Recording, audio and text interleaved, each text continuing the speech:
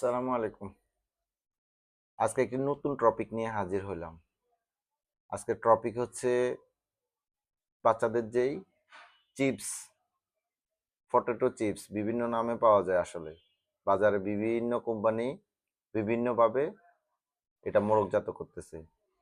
আসলে চিপস নিয়ে বলার মতো যেটা বিষয়, এই চিপসটা কতটুকু স্বাস্থ্যসম্মত?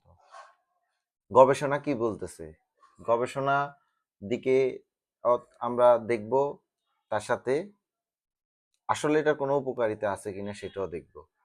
তো শিশু খাদ্য এই চিপসটা হচ্ছে মূলত আলু দিয়ে বানানো হয়, যা হচ্ছে আহ, তেমন কোনো এখানে উচ্চতর কোনো ধরনের ভিটামিন যে হচ্ছে যেটা হচ্ছে শিশুর স্বাস্থ্য পুষ্টি ঘাটতির জন্য আসবে, সেরকমটা তেমন কিছুই না।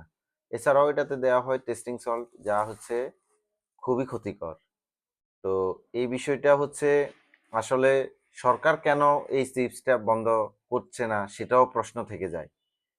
বিএসটিআই এর কাজ কি সেটা নিয়েও প্রশ্ন আছে। তো অ্যাজ এ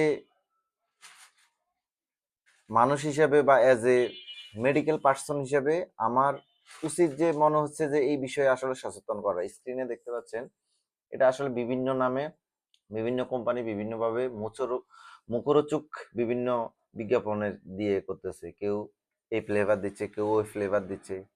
আসলে যতই কিছু করুক, এটাকে যে প্রক্রিয়ায় যে প্রসেস করে যেটা খাওয়ানো হচ্ছে, এটা আসলেই কোনো স্বাস্থ্যসম্মত খাবার হিসেবে আসলে পর্যালোচিত হয় না। সুতরাং আপনার বাচ্চাকে কি খাওয়াচ্ছেন কখন আপনাকেই জেনে নিতে হবে। সাবধান থাকবেন, সচেতন থাকবেন।